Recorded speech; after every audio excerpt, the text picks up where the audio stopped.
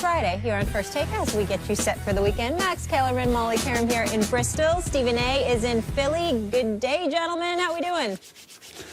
Good morning. What's up? What's up? How y'all doing? How are you doing this morning, Stephen A? I'm ready. I'm ready. Let's roll. Molly. I'm ready, too. Yes, sir. Let's do this. We begin with the latest on one Colin Kaepernick. Controversy swirled yesterday as pictures surfaced showing Colin wearing socks with pigs wearing police hats in training camp. Kaepernick offered an explanation for the socks that offended police on his Instagram page. Then, before the Niners preseason game at the Chargers salute to the military night, Kaepernick kneeled during the national anthem along with teammate Eric Reed instead of sitting like he did in preseason week 3. He also agreed to donate $1 million to support social causes. Here's Cap after the game.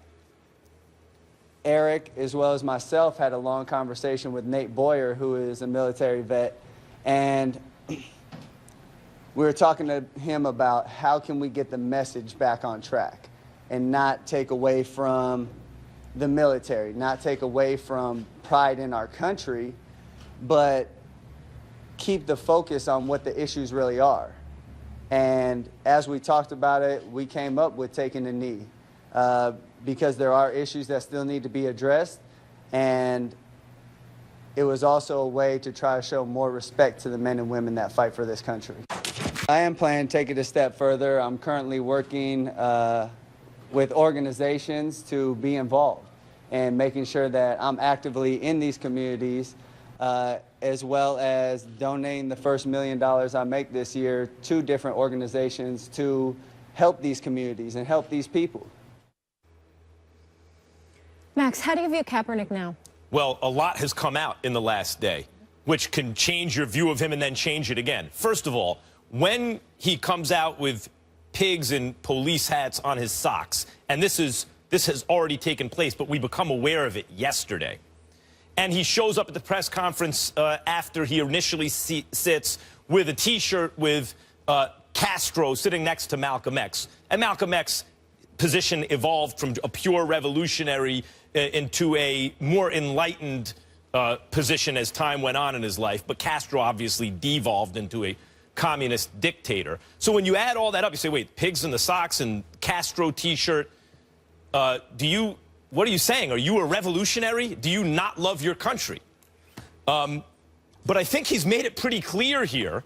Nate Boyer penned an open column to Kaepernick. Kaepernick invites Nate Boyer to the game, a former Green Beret, great American Nate Boyer.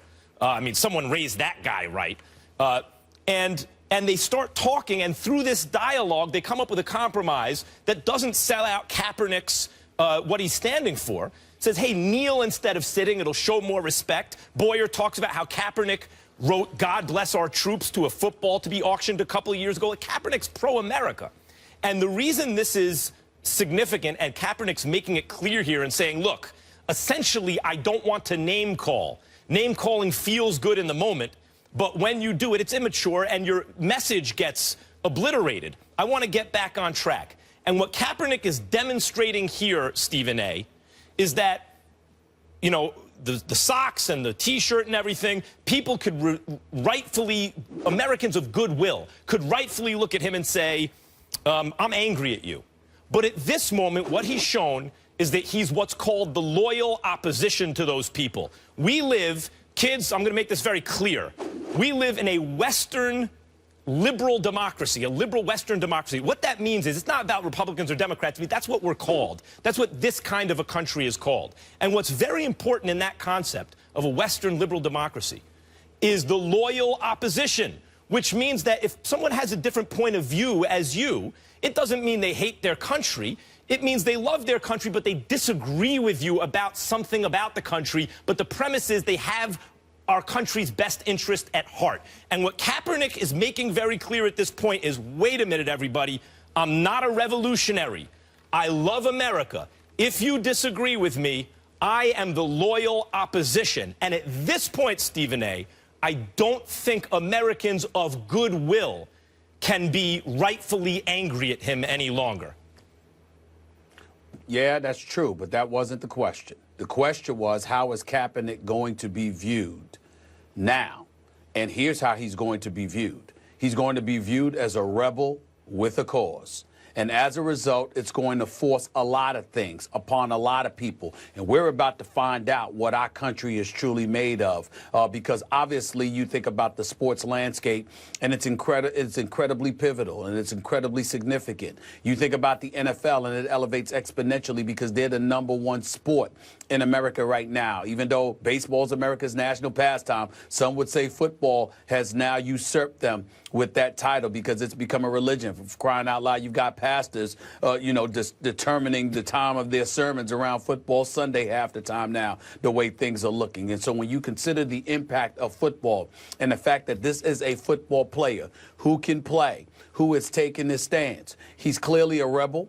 He clearly has a cause, and as a result, it's going to put pressure upon the NFL in the eyes of some people to respond, but this is also going to put pressure upon other superstars to see what they're going to do and what they're made of. Think about it this way. Here we are today talking about Colin Kaepernick. We're talking about everything from his hairdo to his socks and anything in between. And he has stolen the spotlight in terms of a subject of this nature from the LeBron James, CP3, Carmelo Anthony, and Dwayne Wade. We were incredibly proud of what they did in terms of their willingness to be conscientious observers and to speak eloquently about the issues, the trials and tribulations that have sullied America to some degree when they opened the ESPYs the way that they did. Now you've got people looking at them and saying, you know what? Everyone agreed with their position. Nobody was disagreeable or could disagree in any regard. So as a result of that reality, how much of a significance was it actually that they did what they did when you juxtapose that to what Colin Kaepernick did? Nobody's judging here. I'm simply presenting the dilemma that exists, because you're going to have people who look at Colin Kaepernick that are completely and unequivocally against everything that he is doing and everything he proclaims to stand for. And then you have another portion of America that's going to stand up and say, we are with him 100%.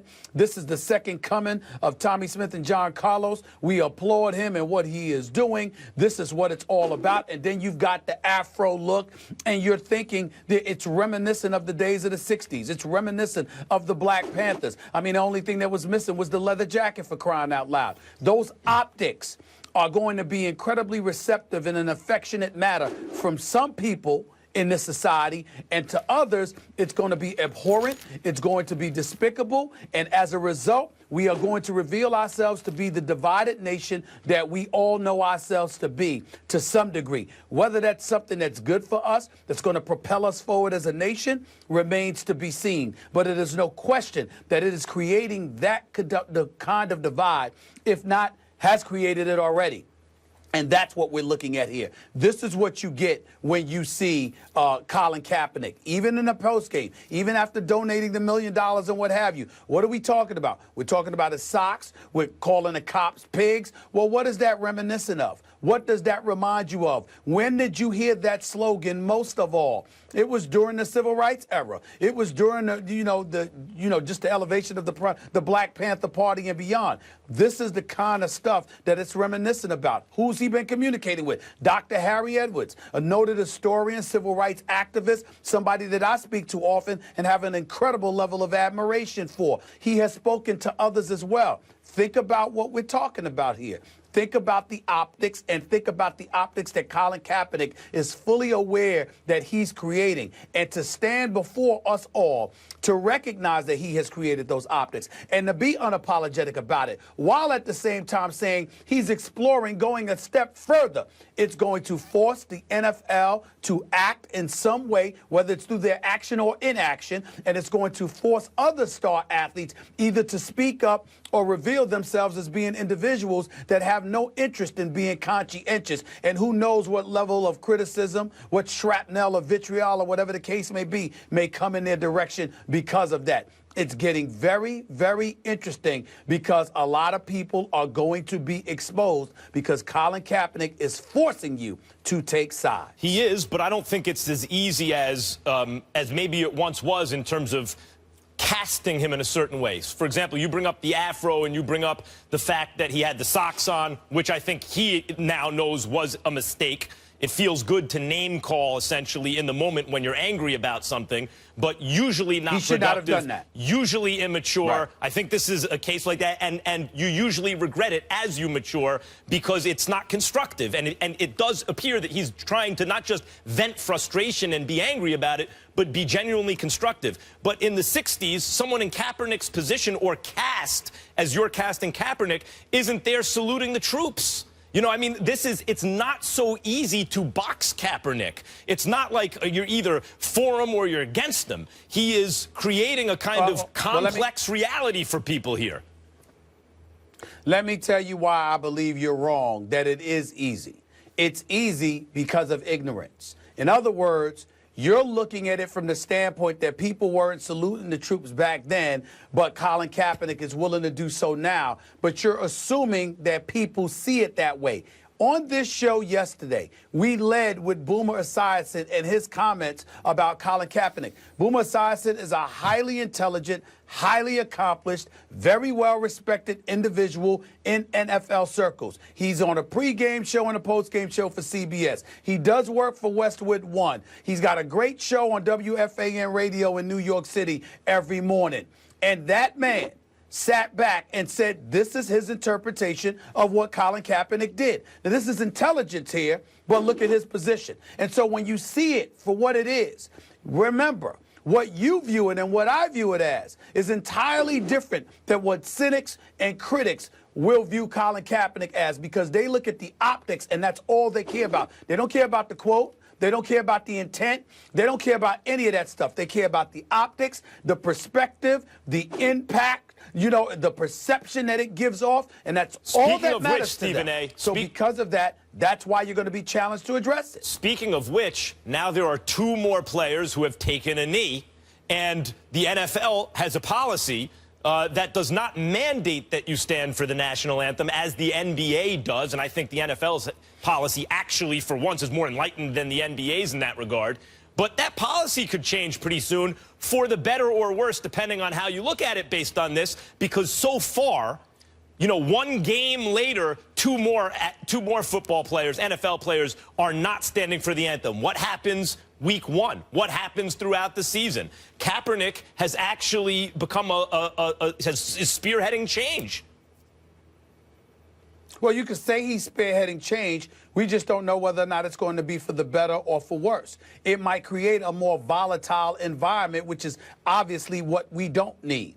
Okay, you have a lot of people out there who are talking about Colin Kaepernick. People can't stop calling my radio show to talk about it. It's practically all that's on their mind as it pertains to the world of sports, because this story has resonated profoundly, particularly in the African-American community. You've got a lot of people out there that are incredibly frustrated, looking to vent, and view Colin Kaepernick and his issue as the perfect conduit to justify some of those things. And so when you look at it from that perspective, you're the NFL, you got to pay attention to that. Your players, you have to pay attention to that. Your star athletes in other sports, not just the NFL, you have to pay attention to that. And it's all because Colin Kaepernick has elected to take this position. Now, I'm not saying he's wrong, okay, even though I would not have sat down for the national anthem. I support his right to do just that.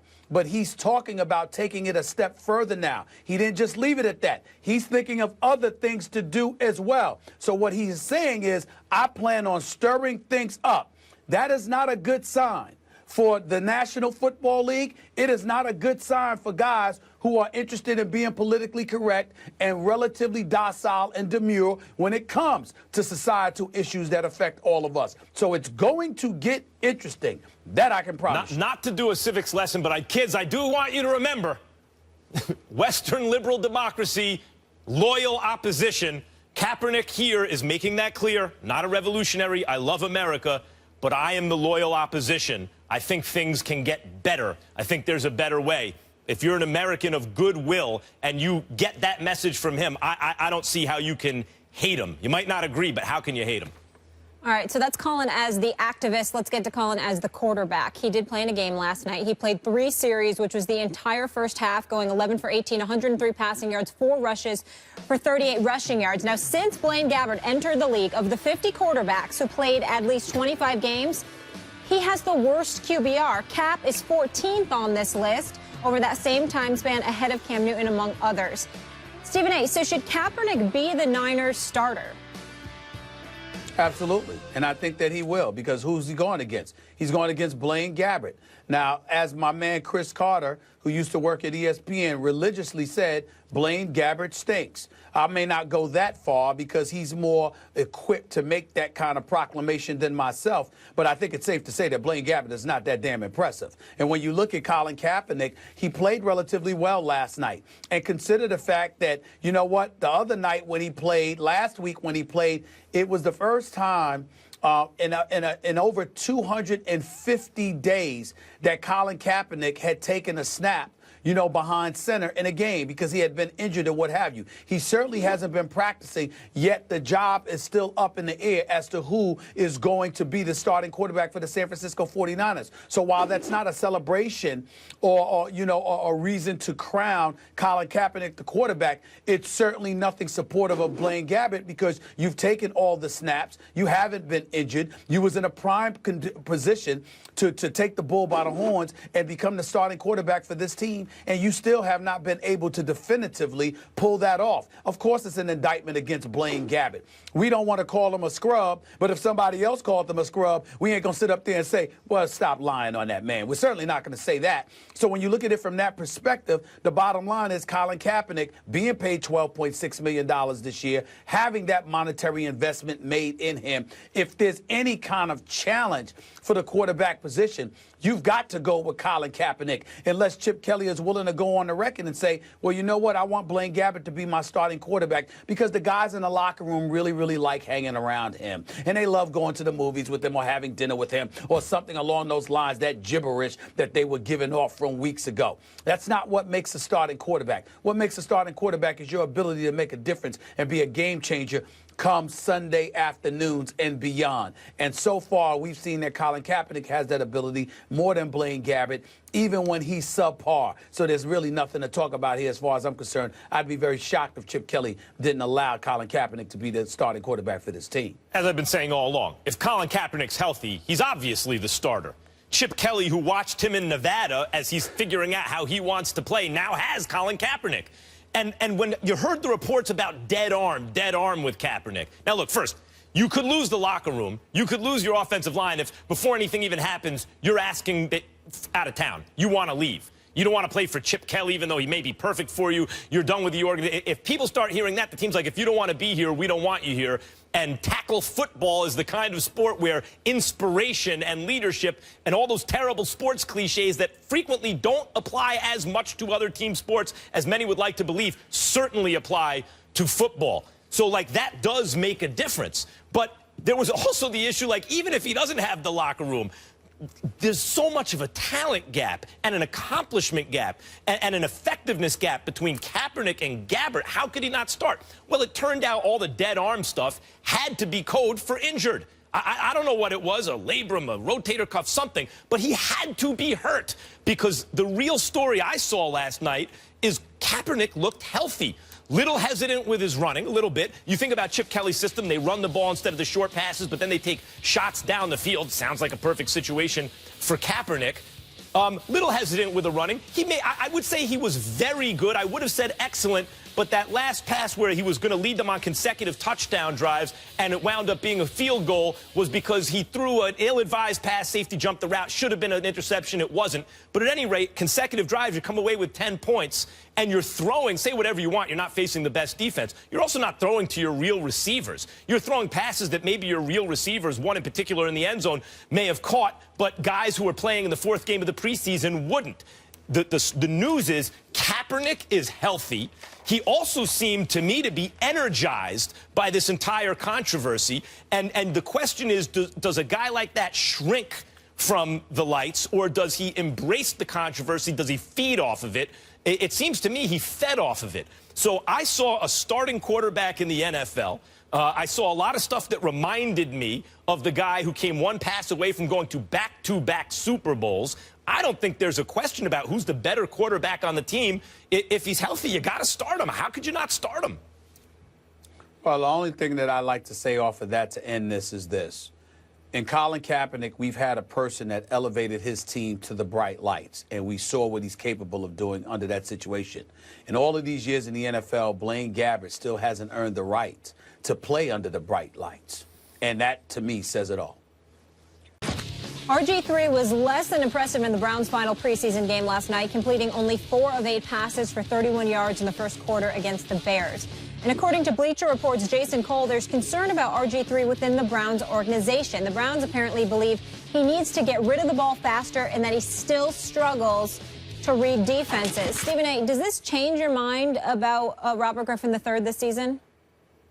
Hell no, because if you remember weeks ago, I told you I was very concerned about RG3. This is right in line with what I tried to tell Max. Max sat up there bloviating about RG3 and Josh Gordon and Stephen A. and Barnage at the tight end spot. You don't know, Stephen A. You got to worry about these guys. I mean, hey, they could come. I'm like, hello, pump the brakes, chill out, relax. Bottom line is he didn't play all of last season. It was so bad for him in the nation's capital that they didn't even let him wear a uniform. They kept him on the bench because they were scared he'd trip over somebody and get hurt, and they'd have to give him $16 million, and they weren't having that. So guess what? He wasn't even allowed to dress before. So basically, it wasn't until he only had played in a preseason game in August or something. But that's about it. The guy hadn't played football in more than a year and a half. So even though he has the athletic ability, the speed, the arm strength, there are intangibles that come with playing the quarterback position. An ability to read defenses, to work through your progressions, to see things before the defense sees you, etc. That's a problem. Josh Gordon,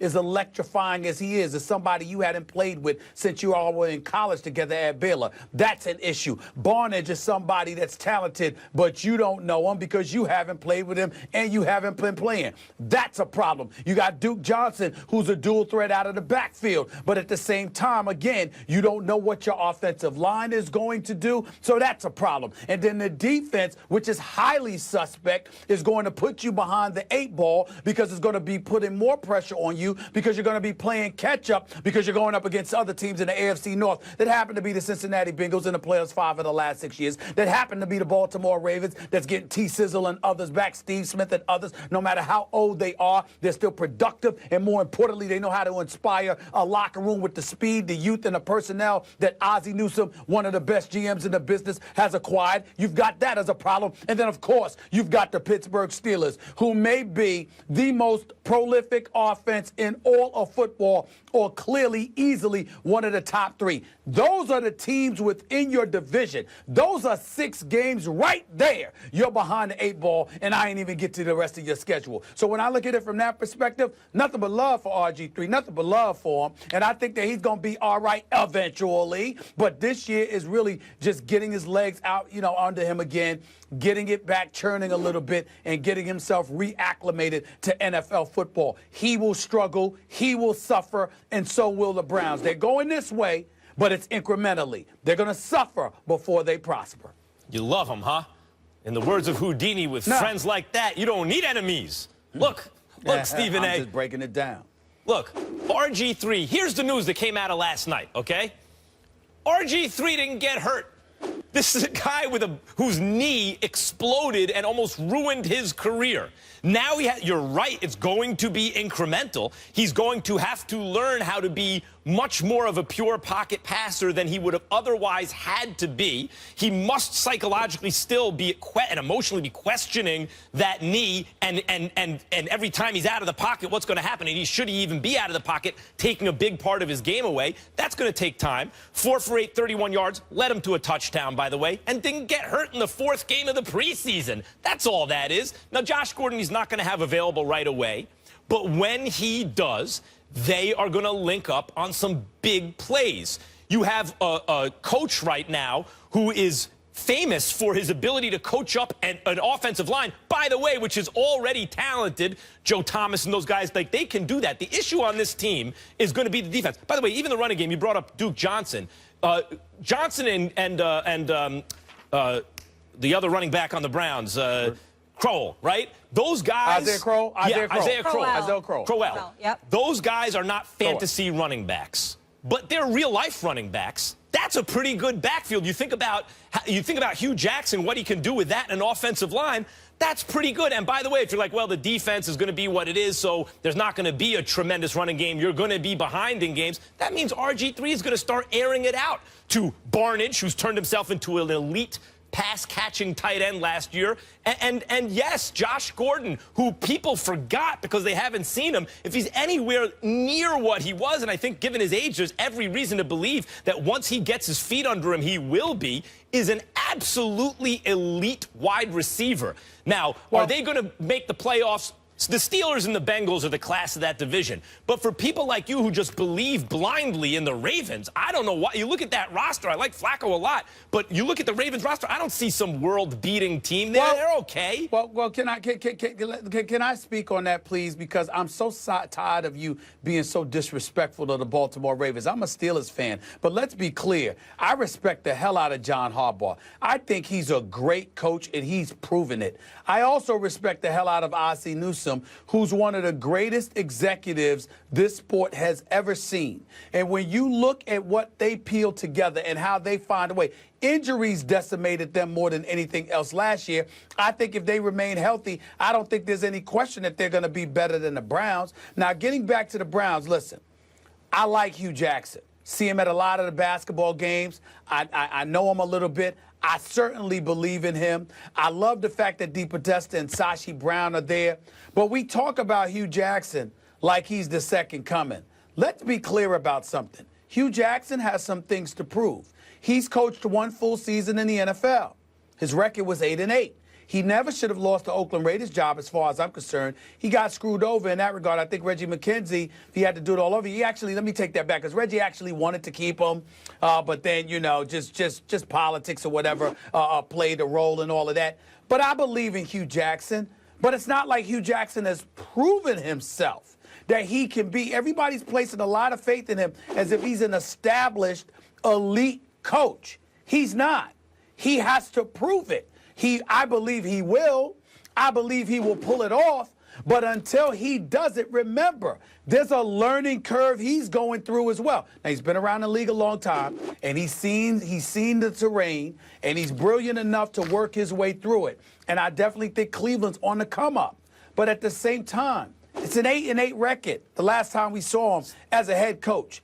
And they're bereft of talent. They've gotten a little younger, got fresher legs. They shouldn't rank 30th against the run this year. But there's things that Hugh Jackson You just handed Hugh Jackson. Well. You handed Hugh Jackson 6 losses in the division alone.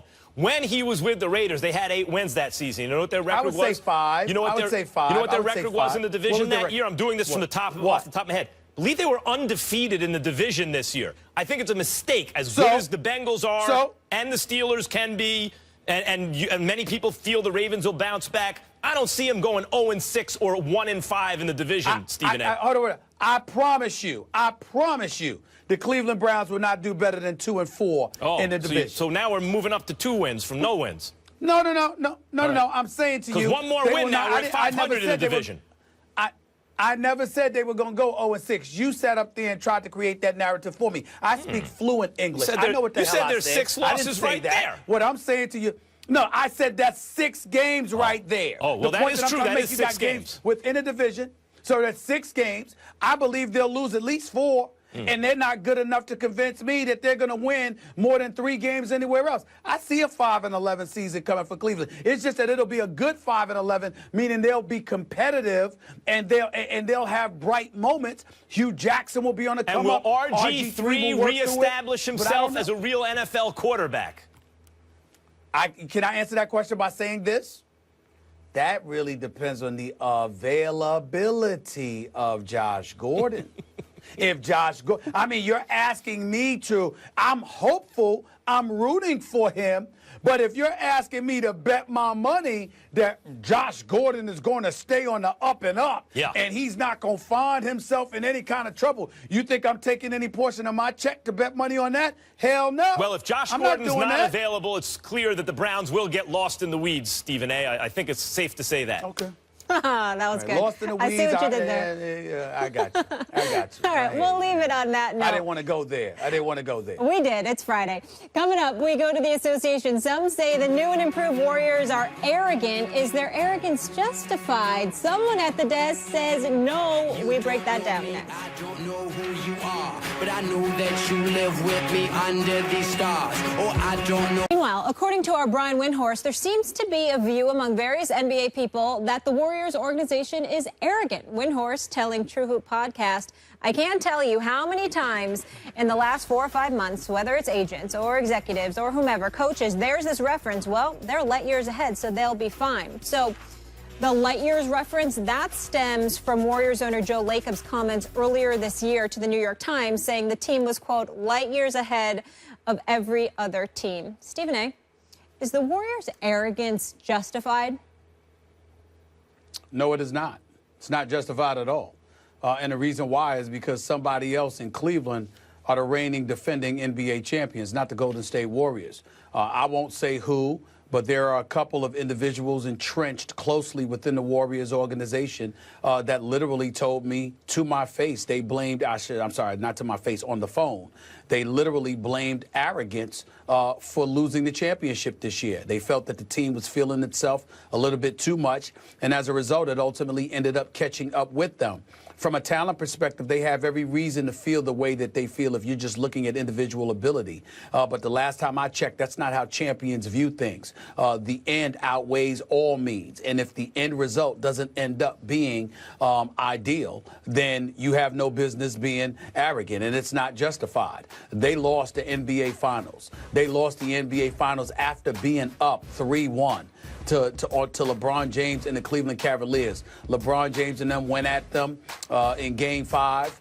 Even though Draymond Green was suspended, I still to this day contend that LeBron James instigated that, but that's no big deal. The bottom line is it clearly was a brilliant strategy on his part. When he got physical with Draymond, and then Draymond, the kick, and then LeBron got suspended, and then obviously Andrew Bogut ended up getting hurt in Game 5. Iguodala was hurt by Game 6 and pretty much close to no good for Game 7. So Cleveland had a lot of luck on its side, just like Golden State had luck on its side when they won the championship for the first time when they beat Cleveland. But in the end, what it comes down to is that you were up 3-1. You had a 2-time reigning league MVP as your star. You had the best shooting backcourt in the history of basketball. Draymond Green had returned for game 6 and 7.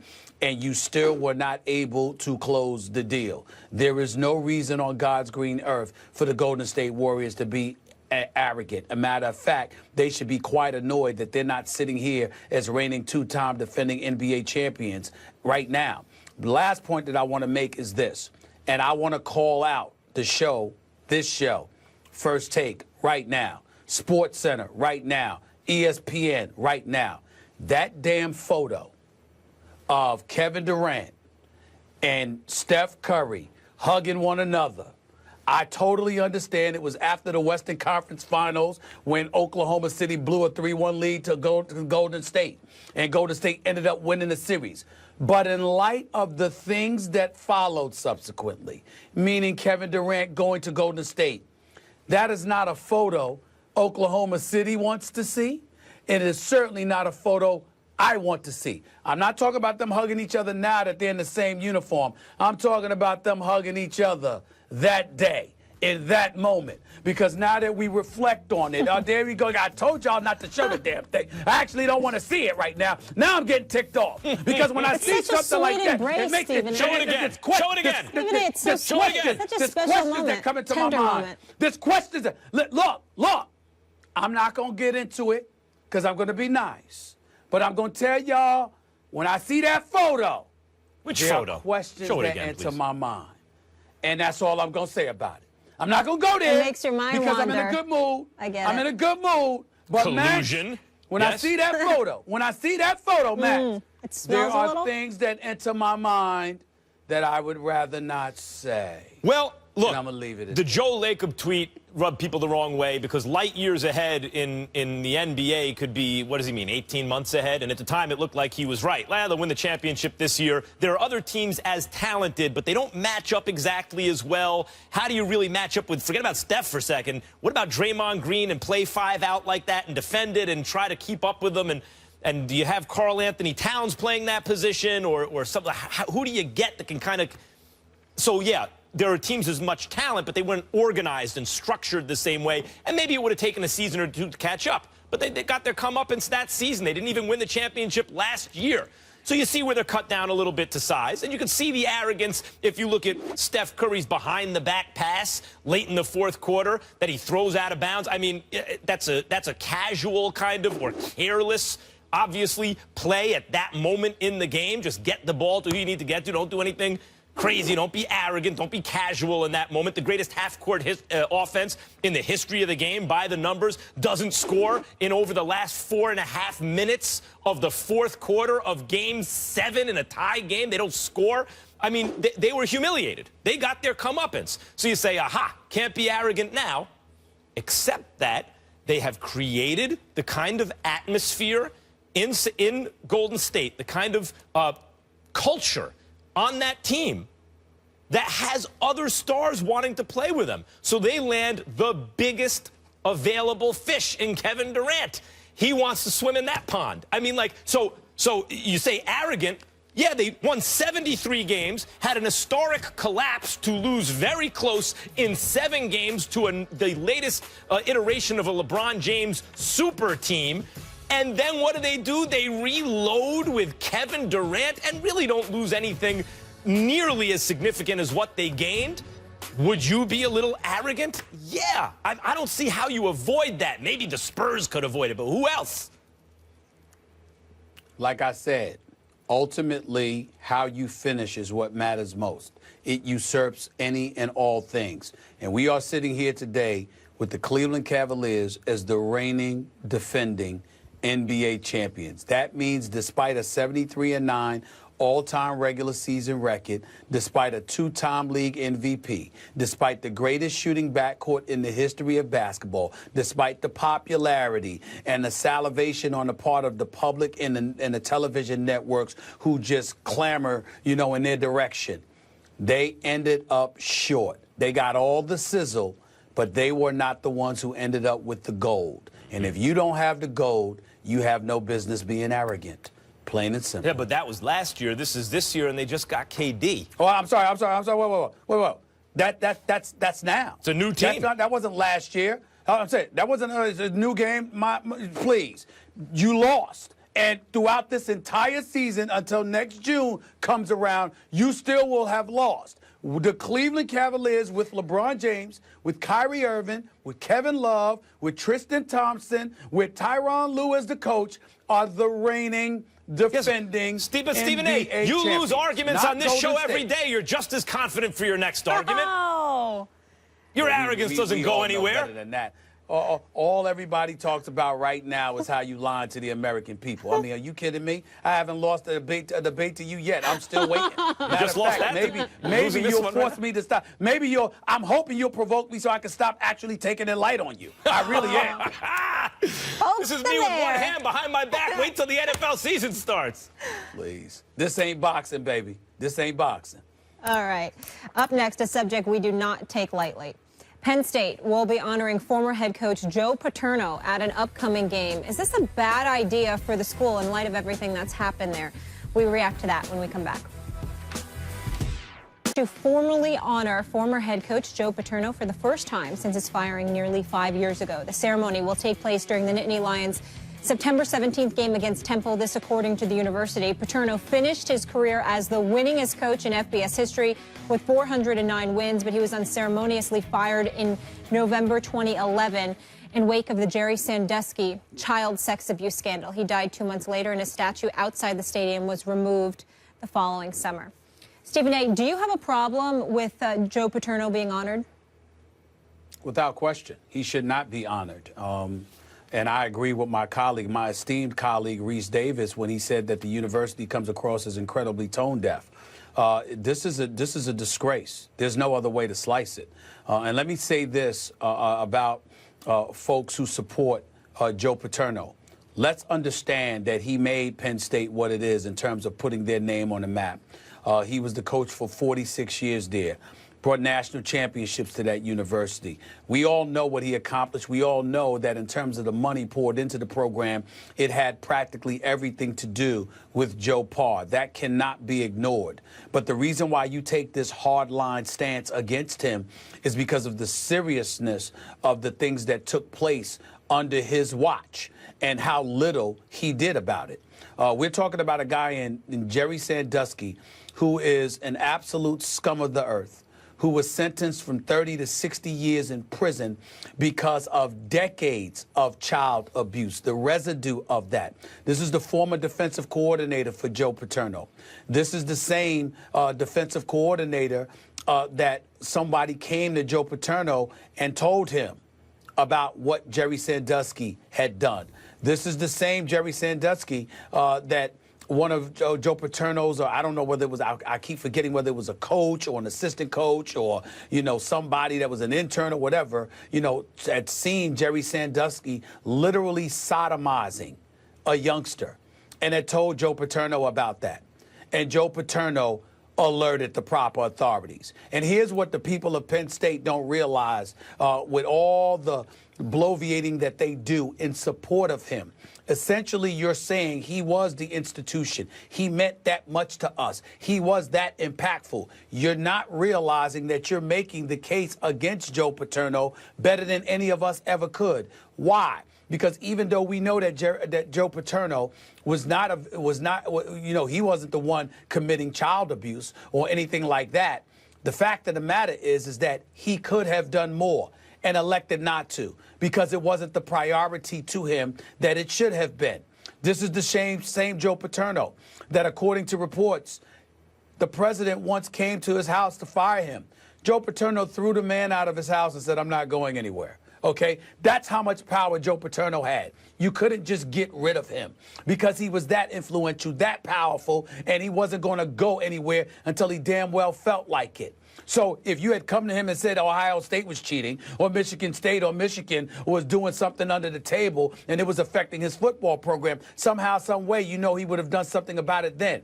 But you did nothing about Jerry Sandusky. Even when he was not your defensive coordinator, he was still allowed to have an office on campus and, at least figuratively, if not literally, use it as a recruiting tool to ingratiate himself with youngsters he would ultimately abuse. There was something that Joe Paterno could have done about this. He did not. That's why his statue was removed. It's why the Board of Trustees ultimately axed him as the coach. And that cannot be escaped. He is not Jerry Sandusky. He is not the despicable, reprehensible lowlife that should be under the jail and the key should be thrown away and he should be laid down there with the sodomites. That's not who Joe Paterno is. That's Jerry Sandusky.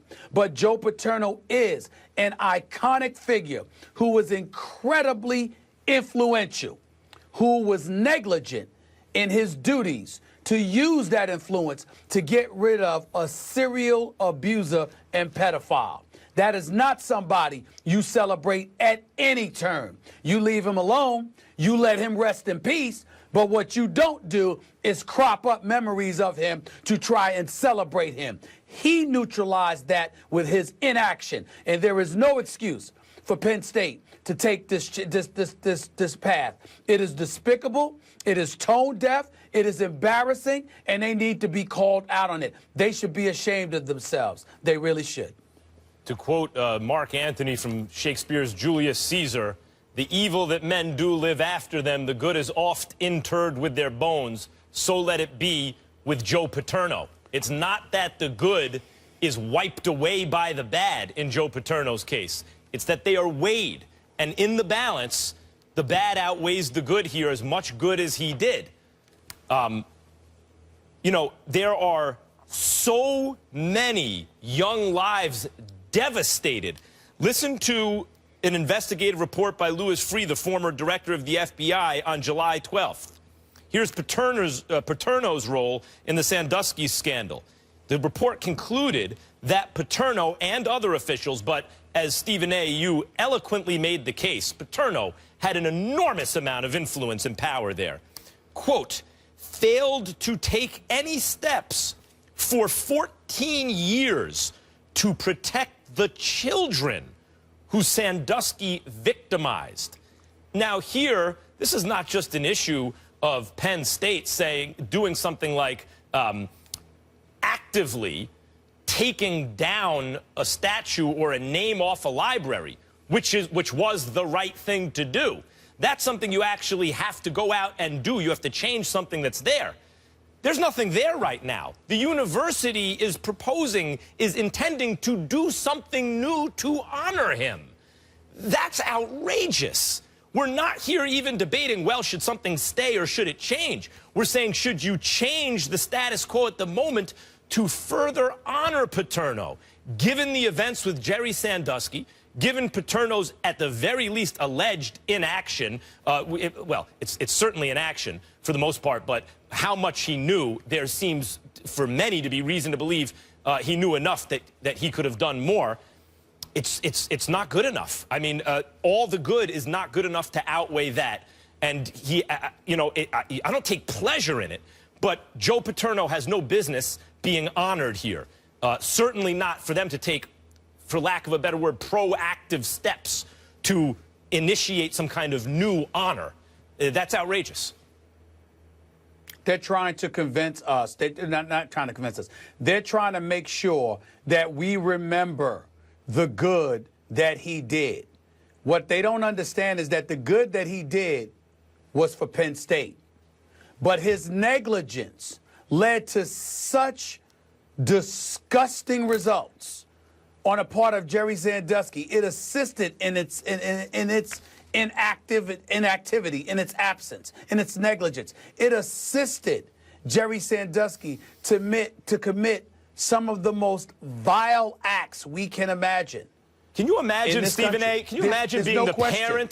Can you imagine being the parent of a child who was victimized after Paterno was made aware of what was happening, after the fact, and there were many? Can you imagine being that parent?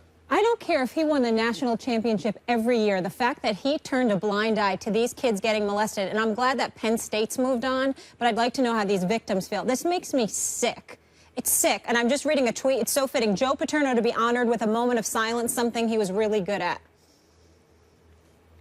Yes, that's a great tweet, actually. I love it. A moment of silence, something he was great Yeah. at.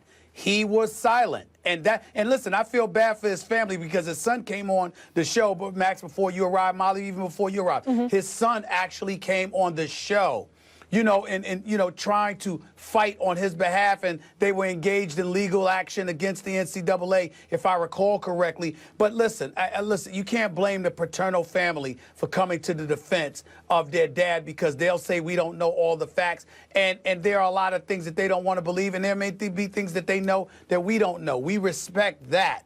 But in the end, based on what has been reported, based on what we've learned, the level of negligence on the part of Joe Paterno, the best thing you can do for him is just let him rest in peace. Don't even bring up his name anymore. That's because right. Inevitably, he is associated with Jerry Sandusky, as vile as Sandusky is, because of how powerful Paterno was and how he did not use it to eradicate everything that was Jerry Sandusky is criminal in and of itself. There's no escaping I think that. there is a lesson here, by the way. Even if you think you're doing right by something, an organization, an institution, a group, by sweeping something under the rug, that's not usually the way it turns out. That only makes it worse. And had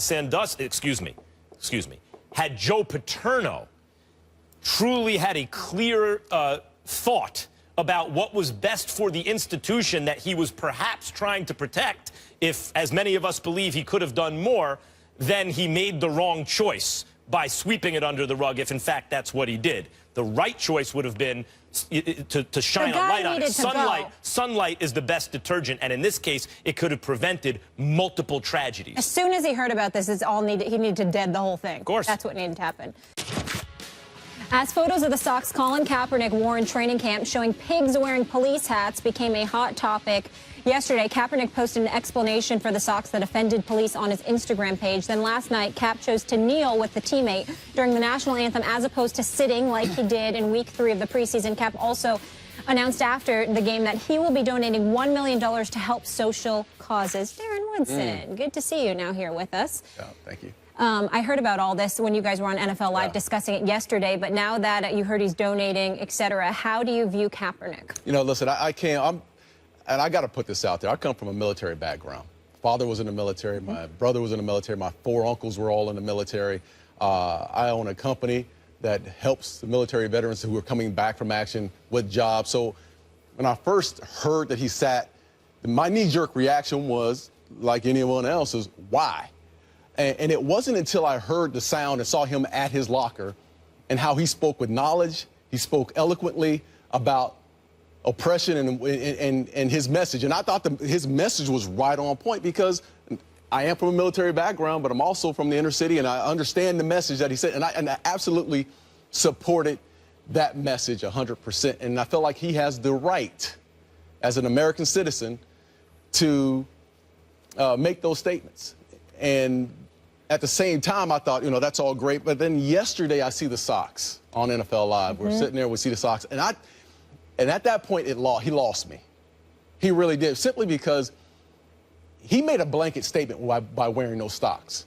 And I know he came back out and said some things afterwards to defend his stance. But at the same time, the perception, and we saw the reaction from the police departments around the country of how they felt about it. But the perception initially was out there, and then he had to come back and defend himself all over again. And that's where he lost me in his message. And I think, and one thing about it, again, the message is right on point, but he can't have all these other distractions that go along with his message because it clouds and muddies the waters right now. And I think that's the shame of all this. I don't think that the socks, now in retrospect that he's explained himself, are indicative of a guy who hates the country that he lives in. However, it could easily be interpreted that way. But I do think that he was very angry at circumstances involving police brutality toward people of color. And he let the anger get the better of him. And the socks were a way of name-calling. And as you mature, and I'm prone to do this, when I get angry at somebody, I name-call. I'll even do, you know, a GM is stupid or something, something like that. Because when you get angry about something, you know, anger is a re-empowering emotion. You feel helpless, so you get angry. It empowers you. And it's an immature impulse to start name-calling, but it feels good in the moment. So it probably felt good for him to put on those socks and name-call in that way. And then when he was outed for it, in light of this, retroactively outed for it, I think he through this kind of public discourse, has become more enlightened, has gotten control of his anger, is harnessing it in more constructive ways, is now seemingly embarrassed by it, and has made clear what his message was. Whether or not that was, in fact, his message at the time, I believe that is his message now. And the fact that, and so as I explained earlier, in a Western liberal democracy, there is such a thing called, and it's important to the health of our republic, is the loyal opposition. So that person loves their country, but so they want to change it. They may not agree with you about how they should change it or in what specific way it should change, but we accept that both sides of an issue have the best intentions at heart. And what Kaepernick has since come out and explicitly stated is, if you don't agree with me, understand, I am the loyal opposition, and that's important for a healthy America. Here's my problem, Max Kellerman, with your position. And it's similar to my problem with Colin Kaepernick's position. You just went and broke down brilliantly and eloquently how things are supposed to look because you highlighted stuff in sequence and you said this is what he meant. And being the intellectual that you are, you explained it. Darren, you'll probably side with me with this. Molly, you might. But here's the deal, Max. Everything you just broke down is not how people break it down most of the time. And that's the problem. And what I'm saying to you is that you're quick to bring up optics, all right? And you're usually right. Because when you bring up optics, that's the issue here. Let's look at this. Colin Kaepernick is wearing these socks. Fellas, he wore the socks before the protest. Yep. But it's become news after the protest. So the media find a way to subliminally manipulate the minds and hearts of millions of Americans out there who would already be against Colin Kaepernick because of his refusal to stand for the national anthem. And this supplements or substantiates their points and couples on top of what people are already ticked off about. So it builds the vitriol against them. As a result, it forces other people who support him in his right to do what he did to dig in even deeper in support of him. And what do you have? A divide, an ocean wide, because of how things are being manipulated. It's that simple. Colin Kaepernick wore the socks days ago, long before the protest. We didn't hear about it then. We've been doing this show every day. I didn't hear about the socks till yesterday. But he protested, refusing to stand for the national anthem last Friday. And even then they said that wasn't the first time. And so where is it? You got to think about things in chronological order the way it's supposed to go down. But then the way it does go down, that's not necessarily how it's conveyed to us. And then all of a sudden everybody's reacting to it. Agreed. In the end, yeah. I'm saying, and because you agree, in the end, what it comes down to is if you're going to make a statement, Colin Kaepernick has to know that. You have to know how those things could go down. And giving a press conference afterwards to explain yourself ain't gonna cut it. When we saw Eric Garner in the eyes of African Americans in this country, Eric Garner was choked by cops, choked to death. What happened in the aftermath of that? 2 officers were gunned down brutally. I believe it was in Brooklyn, Bed-Stuy. I don't remember where, but it was somewhere there. I'm saying to you, these kind of actions that take place when you got pigs as cops on your socks, do you understand subliminally what kind of message that's I think sending? not only do I understand, Stephen A., and your point is well taken. I appreciate the point. I think Kaepernick now understands. Now that he is in the middle of the firestorm and he is a public figure, I think we are watching his position evolve and mature very quickly. I think he understands. He's even said so. My point is getting lost. It distracts from the point. It's another way of saying when you name call, which is essentially a severe form of that, his socks, your point gets obliterated by the name call. It's like you're lobbing a bomb in there, and he doesn't want to do that, which is why when Nate Boyer spoke to him, hey, how about maybe kneeling during the national anthem? Right. That way you can be with your team, you can show support for the military and all that, and make your point more specific for people and get people back on message. Kaepernick agreed to that, feeling he could live with his conscience and not sell out his ideals, but also show people, okay, maybe my position is evolving, or maybe I didn't articulate it well enough, but let me be more specific about what I stand for. You're right about the optics, Stephen A. I believe he's trying to address that now. Yeah, and I think you're sure, like you said, he's maturing through this process. And also, the donation yesterday spoke volumes. And when you hear after the game him wanting to donate, yeah. I mean, we do a lot of talking, but we never see guys actually put their money where their mouth is. Kaepernick went out and did that and is going to do that. And what we saw yesterday also was the support of his teammates. Eric Reed sitting with him. After that, he stood up and everyone's giving him hugs. The team is trying to support Colin Kaepernick. And I understand that the ownership and Chip Kelly, they want to keep all this in a box. They're trying to avoid all the distractions. But it's there. It's alive right now. And the message, if he could continue to do it the right way, the message is there, and he can build on this. What Nate Boyer and Colin Kaepernick did yesterday was a beautiful thing. Yeah. If you read the story, how can you not be proud to be American? Of course, you're proud to be, but especially in that moment. Yeah. That doesn't happen in North Korea. That happens in the United States of America, where there's a public discourse. Absolutely. People are angry. There's misunderstanding on both sides. There are statements made out of anger, political statements sometimes. There are hurt feelings. But if Americans of goodwill and good faith actually come together to talk about it, as Nate Boyer, who penned the open letter to Kaepernick, and Kaepernick, who received it and invited him to talk about it, we get progress oftentimes. That's something that doesn't happen all over the world, but it happens here. And Stephen A., it speaks to Kareem Abdul-Jabbar's point that the real un-American issue here is the persistence of the problems that Kaepernick is protesting. And if you believe in American exceptionalism and American optimism, you know that we always believe there's a solution to every problem. Also not the case all over the world. And Kaepernick and Boyer here, who joined him, are an example of that. It makes you proud. Yeah. Will you stop? Stop it. The visual. Ray Rice committed what he committed. Greg Hardy did something just as egregious, if not more so. Greg Hardy was back in the league. Ray Rice still can't find himself in the league.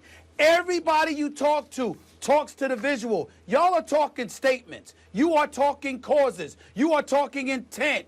All of those things are to be honorable. But when you leave residue to be criticized from a visual perspective, it is far more profound. You know why? Because people don't have time to read all the time. They don't have time to educate themselves all the time. They don't have time to sit up there and intellectualize and edify themselves. What they do is go by what they see. They get a flashpoint and they run with it. So Colin Kaepernick wearing those socks is an ingredient for them to utilize to say, hey, that's what we saw. That's all that matters to us. They don't even know what the hell So what we're do you want him to do? You're right about that. So what does he do? He doesn't have a time machine to go back and change anything. All he can do is deal with the president. So what can he do now?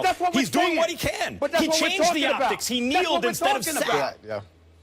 But that's what we're talking about. We're talking about what he did. We're talking about the impact of what he did and what kind of residue is going to leave for that. You talking about what should happen. No, I'm talking about what happened yesterday. All know that. The socks and even the T-shirt with Castro and Malcolm X. But, you know, I checked especially the Castro's depiction there. That was in the more distant past. The most recent past was yesterday, where he played very well, by the way, where his teammates seemed to rally around him. His offensive line played for him, the whole thing. And where the optics were, to address your point, Stephen A., that he talked to a former Green Beret and decided to take a knee during the national anthem and salute our troops. He is trying to change the optics, in his words, to get people back on message. I don't know what else he can do. There's nothing else he can do. Just continue to march forward, doing what he's been doing, highlighting his intent. But as we were discussing when Darren Woodson sat up there and said, he lost me with the socks. Well, how many people are going to go and continue to delve into the story the way Darren Woodson did? Yeah, they're not going to do it. They're not, and that's the problem. That's the shame in all this. Is that no one's going. Yeah, that is a problem. But I agree with what Max is saying. He's growing in this process. I mean, this is a process that he has to go. And what you said, right? You're right. You're going back on this. This happened. The socks happened weeks ago, and now we're bringing it back up. Now the media spin is that we're bringing it back up. But all we can do is see what he's doing and the progress that he's trying to personally make on his own, whether it be growing through this, donating his time and his resources, giving back to the community. That's all we can do. Right now, the message has to start basically all over again for Colin Kaepernick. Yeah, I don't know what to add over that. I find this a very interesting time. I find it a very interesting time to be alive and watching this stuff take place. I think the end point is unpredictable. The ramifications on the league. What happens? Do more players take a knee? You know, where do we go from here? This is all interesting. It's not predictable, and it's an interesting time as a sports fan to be watching. Donating his money. You find it interesting. I'm a black man. I'm exhausted. Yeah. Because it gets tiring, Max. Yep, I hear you, but tell you. Don't get tired now. They're making progress. I mean, damn, ain't you tired? Yeah, I'm tired, man. It's tiring. Right. Yes. I'm tired. I'm tired. Absolutely. And I'm on the show. I'm damn tired. Okay. So, as I just mentioned, the college football season kicked off last night, and we have a huge slate of games this weekend, including SC taking on defending national champion and #1 Bama. Now, according to Westgate Las Vegas Superbook, Saban's squad has the best odds to win the national title. Clemson and Florida State are right behind with the second best odds. Oh, paging Stephen A. Smith. What do you think? You taking Alabama or the field to win it all? Please. Roll Tide! Let me tell y'all something, man. Think about what we talk about here. We're talking about Alabama. Now, listen, let me tell y'all how Alabama is, okay? Now, I want to go through the list here because I wrote it down here. So they lost their starting quarterback in Jay Coker. They lost their nation's top running back in Derrick Henry, okay? You lost the nation's one of your top centers in Ryan Kelly. You lost two of the nation's top defensive linemen in Jaron Reed and Ashawn Robinson. And, of course, my man Reggie Ragland is gone as well. But let me also throw this out about Alabama. Top recruiting class for 6 straight years. 7 players drafted last year, 7 the year before, 8 the year before that, 9 the year before that, and 8 in 2012. And you're talking about getting guys, convincing them to stay and wait their turn. So guess what? Even though Coker is gone, you still got Cooper Bateman. This kid, Blake Barnett, might be able to do a little bit something for you. It depends, but we all know it's going to be about Bateman. Then you got the wide receiver spot. Ridley, all right, and Darius Stewart both showed up when it counted. Your tight end spot with O.J. Howard is big time. 208 yards, by the way, in the national championship game against Clemson. So we can't ignore that. You still got an offensive line attack with Cam Robinson returning, okay? So you got that. And then on the defensive side of the ball, what do we have here? You got Ryan Anderson and Tim Williams, who was playing a little bit last year. They'll play better prominent roles. You still got Eddie Jackson in the secondary. You got, as a running back, by the way, replacing Henry, you got this kid, Bo Scarborough, who's considered to be a stud. They keep retooling and retooling and retooling. Now, the schedule might be a little bit tough. USC might make things a bit interesting initially, but in the end, when you got these big boys, these meat and potato boys up front, you got a cat like Scarborough who can run the football. You still got Ridley and Stewart who can catch the football. You got Bateman who got some time last year. You got O.J. Howard who had his coming out party. And you always got a defense in Alabama. Might break a little bit sometime, but they wear you down offensively, and as a result, they're capable of making plays. As far as I'm concerned, you got people who got LSU ahead of them. I'm not buying it. You got people who's got Clemson ahead of them. Love Clemson, love Watson, love Dabo, but I ain't having it. It's about Bama, baby. Bama. So let me get this straight. Roll Tide. Let me get this straight. Roll Tide. You're taking Alabama against the field? Yes. Then you're about to be a very wealthy man, because superstar broadcaster that you are, Stephen A. Smith. You must be making a you are. You must be making a pretty penny. And you can sextuple your worth. You can be worth 6 times what you're worth today when this season is over. Just bet on Alabama, brother. 6-to-1 underdogs. When you're the odds-on favorite to win the championship, odds-on favorite, you are not favored against the field. It's not like it's even 8-5. It is 6-to-1 against. Now, I understand Alabama and Nick Saban are special. They're a little bit different. I get it. Maybe the greatest college football dynasty of my lifetime when you consider everything they've done in recent years. And they're coming off a national championship. Who's the best player on the field in that national championship? It's the same guy who Nick Saban said is the best college football player since Cam Newton. It was Deshaun Watson. 405 yards through the air, 4 touchdowns. He rushed for 73 yards. His QBR in the national title game was 93. He's going to be facing Alabama's going into the season with a freshman quarterback. Actually, Clemson's going in with an experienced quarterback who just played better than anyone else in the game in the national title game. That's just Clemson. How about Florida State? You say, well, freshman quarterback. Last time they had one, it was Jameis Winston. Dalvin Cook running the ball. Devontae Freeman. What happened? They won the national title.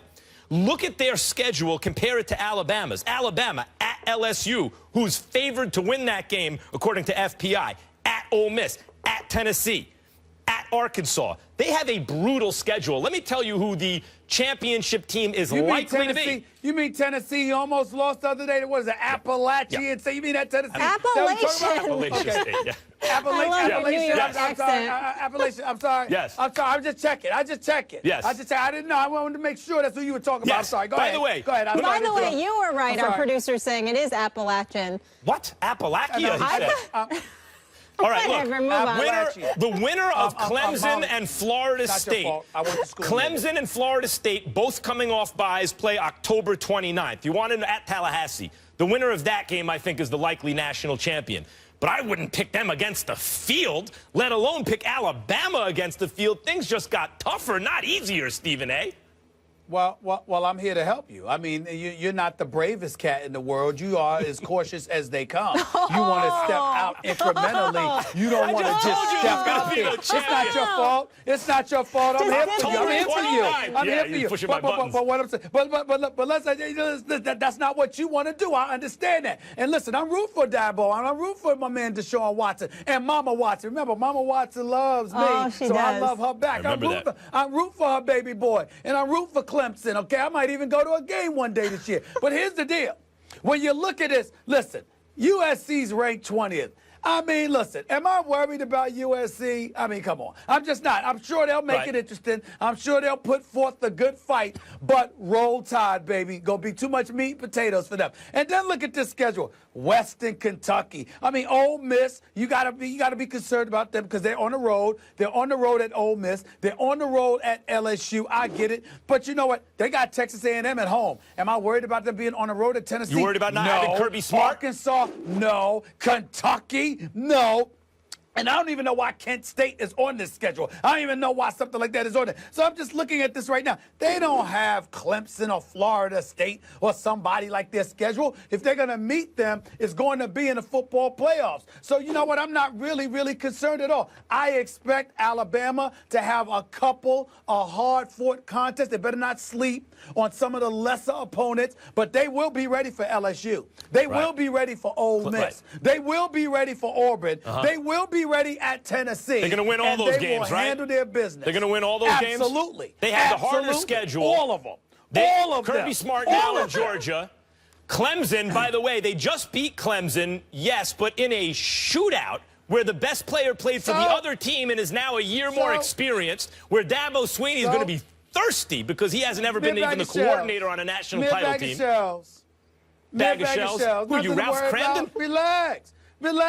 It's one of my favorite comedies of all time. It's the greatest comedy of all time. Ralph Cramden. We can agree on that. Shells. Listen, you can say, you can call it whatever you want. In the end, what it comes down to is this. They are Alabama. Nick Saban, Roll Tide. The only opponent I would be concerned about is if I saw Georgia on this schedule because of all the things that's been going on between him and Kirby Smart, because that was your defensive coordinator for the last 8 years, because of the familiarity with Alabama and all things Nick Saban and what he likes to do. I would be very concerned if Georgia was on this schedule. I don't see Georgia on this schedule. You're not sweating LSU. And so I'm not concerned. At LSU, you're not sweating them. No sweating. Okay. Not at all. All right. 6-2. Okay, so I'll take the field. It'll be interesting. and you'll take Alabama. But I'm a roll with Alabama because I'm not a scaredy cat, Max Kellerman, like some people I know. Listen, so when Alabama wins, dinner's on you. I'm brave. First of all, I gave you the champion already. It's going to be Clemson, Florida State, October 29th, winner of that game. Okay? Hold on. And you gave me winner of that game. Yes. Time out. Yes. You gave me winner of that game. Yes. I gave you Alabama. Yeah, but I like That's being what right. I gave you. I'll be called scared now, but I'll be right when later. Have you been right? When did this miracle happen? We've only been doing this show for like 5 weeks, Stephen A. You'll see over time. I'm sitting here right now having picked Alabama to win the national championship, and I'm absolutely right. I mean, who's the national champion right now? Who? Oh, that means they're going to do it again this year. You're damn right they're going to do it again this year. So, right. You are on the record, Alabama. I'm on the record, the field, and we'll see who's right. Yeah. Did you guys see UConn against Maine last night? Looking real good. You're really stepping out there, Max. Congratulations. Way to go. You're really stepping out there. Right. All right. 20 different teams could win it. Wow. A lot of fun. We have to You are special. We do have to take a hard left turn here, though. Up next, a very serious subject coming up, a controversial one as well. Former Stanford swimmer Brock Turner released from jail today after being convicted of sexual assault just 3 months ago. We'll react to that news when we come back. And then there's this. Brock Turner, the former Stanford swimmer convicted of sexual assault, was released from jail Friday morning after serving 3 months of a 6-month sentence. Turner had been convicted of sexually assaulting an unconscious woman behind a dumpster after both attended a fraternity party in January of 2015. The 6-month sentence drew a national outcry after a statement from the victim swept across social media, and critics felt the sentence was too lenient. Stephen A., what's your reaction? I'm disgusted. This young man should still be in jail. He should have gotten 6 years. According to the reports, he was convicted on 3 sexual assault felonies. And for that, he gets 3 months, and that's it. It's a disgrace. And the judge was on the record talking about he doesn't think he'd be a danger to society or what have you. It's an absolute disgrace. And now we're hearing a couple of things. The California Assembly voted 66-0 Monday to make a prison sentence mandatory for the same crime Brock Turner committed. Democratic Governor Jerry Brown has not said whether he would sign it or not, but we anticipate that he will sign that. Remember, you know, House representatives read the victim's 7,200-word statement on the floor. Anchor for CNN read the entire statement over the air. Vice President Joe Biden spoke up for her, and in very glowing terms, and providing incredible support to her, what have you. This is a national story, and what we have is a 20-year-old who happens to be white, whose father spoke up for him, who had a relationship, not personal, but in terms of having this Stanford connection, because the judge was from Stanford and he's from Stanford, and the judge comes to the conclusion that ultimately it would be too severe of a punishment, too much of an altering of his life to come down with a heavy hammer. I mean, this is some absolute nonsense. And the judge, obviously, there's some other things that everybody needs to judge. The judge's name is Judge Persky. I wish we had a picture of it, put a mugshot up of him so everybody could see what he looks like, so it could be a bit difficult for him to walk the streets with a straight face after the sentencing that he handed down. But it says here he's facing a recall effort, with organizers saying they will begin collecting signatures in April to try to qualify the issue for the November 2017 ballot. And it says a women's advocacy group has filed a formal misconduct complaint with the state agency that disciplines judges, okay, and that he himself has voluntarily removed himself from hearing criminal cases. As far as I'm concerned, he should be fired.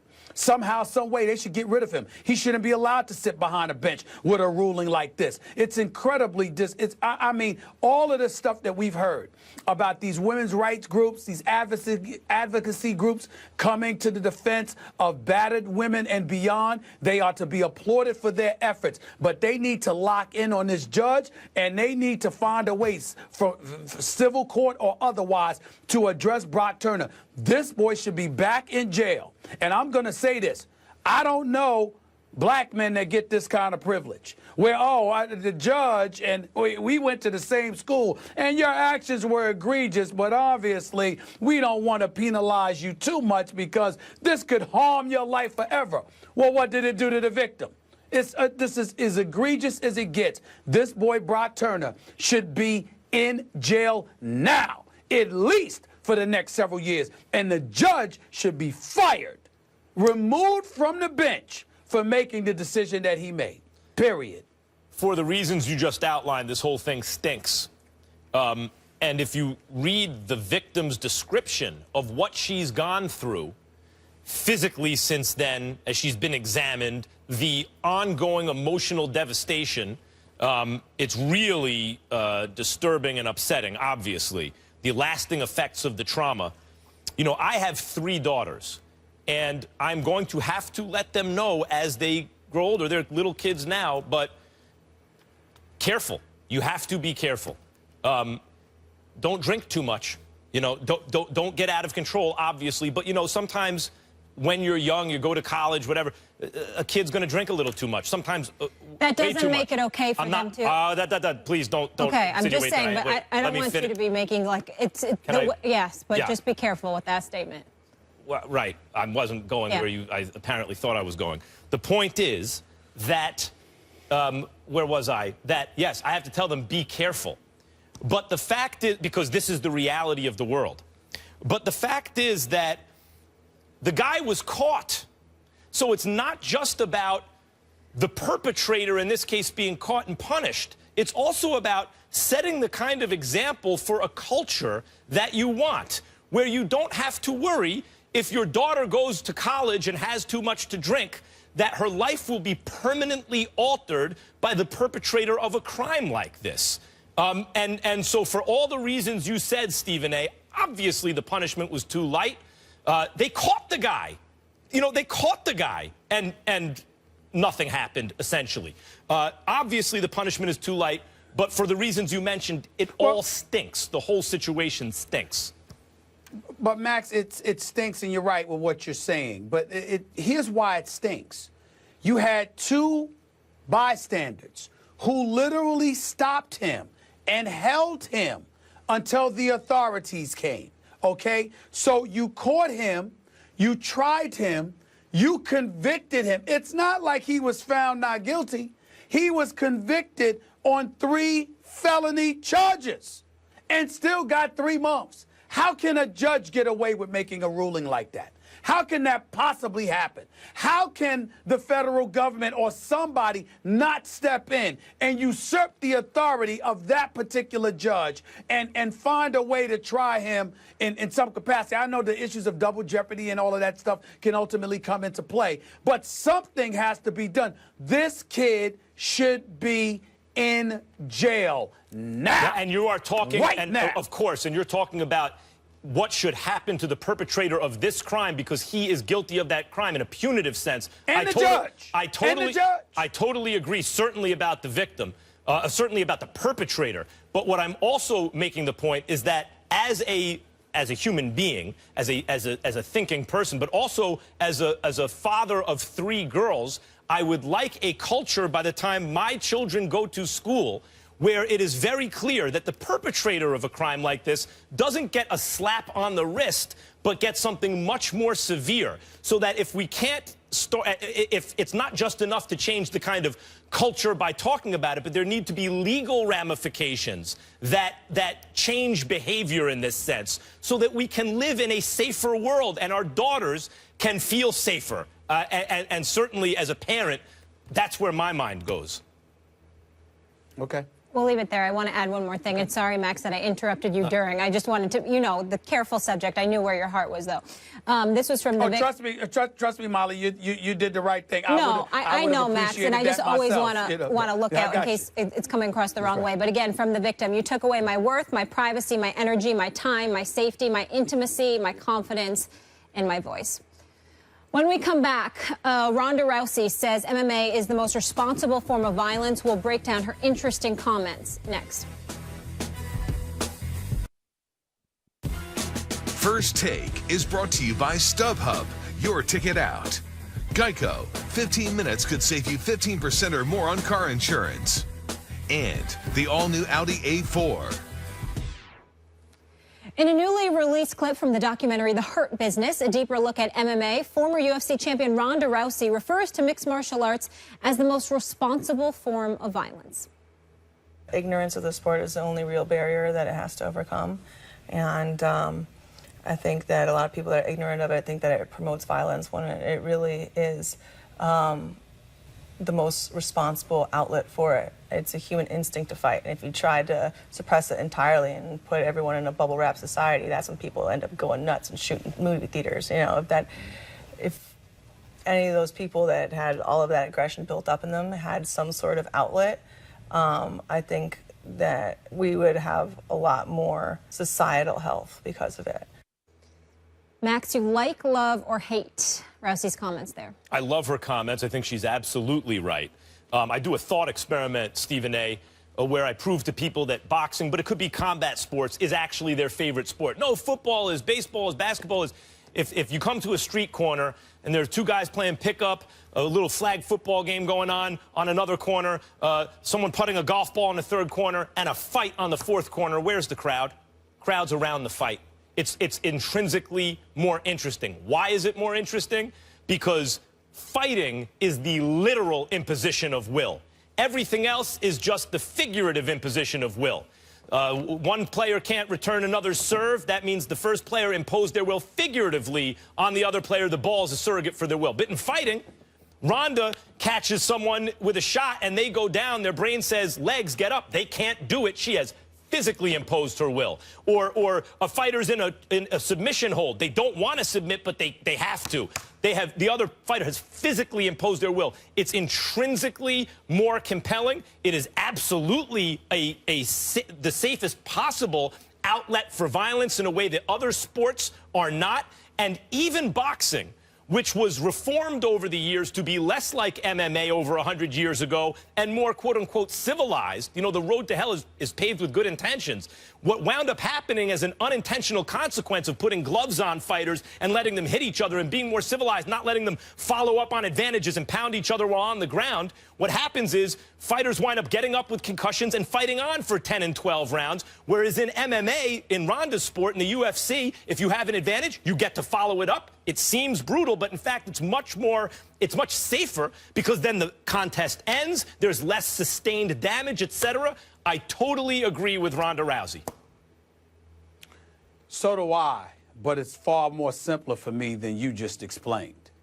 In our society, because of what ails us as a society, you want to release, you want to vent, you want to exhale. And what gives you a better opportunity to do that than MMA? You can punch, you can kick, you can wrestle, you can scratch, you can claw, you can elbow, you can do all of these different things, and you can vent and unleash. And because you have the license to do that, and in the UFC and other MMA sports actually get paid for it, you're less inclined to do it outside of that octagon. It's really that simple to me. Yeah, Rousey, I find when she opens her mouth, usually has interesting things to say. And, she's really smart. And she is, and she's pretty, in a straightforward way, right about this. I think the other thing, too, is that a lot of people don't realize with this, mixed martial arts, whichever discipline you study, it teaches a lot of discipline and respect, too. Of course. I mean, your kids are also studying a form of martial arts, well, right? they're going to start, but yes, because I think it's important for young women, given the realities of the world we live in, what we just discussed in the last segment, can handle themselves. At least I like my daughters. Totally agree. Yeah. No, absolutely. 100%. Same with mine. Absolutely. So, gentlemen, Labor Day weekend. Yes. What are we? Anything we're fired up about? Hey, listen, I'm gonna watch Alabama beat USC tomorrow night. Yeah. I'm definitely gonna do that. You know, I'm gonna spend time with the family at the barbecue. You know, I'm gonna chill out. There's no question about that. But I expect Alabama to handle their business, and I'm gonna get set for this NFL season. Coming up next week is a big week. Gonna be talking a lot about the NFL because a lot of games, the start of the season is coming up. Yep. We all can't wait. Let's face reality. Summer's the hardest time in the world because even though we respect baseball, we don't love baseball the way as a society we used to. We love our football, and here it comes. Yeah, here it comes. And by the way, here it comes like tomorrow. FSU got a tough Week 1 matchup. They got to win after I just said Yes, if they get to you're taking October the field. 29. This man. I'm taking the field. Roll Tide.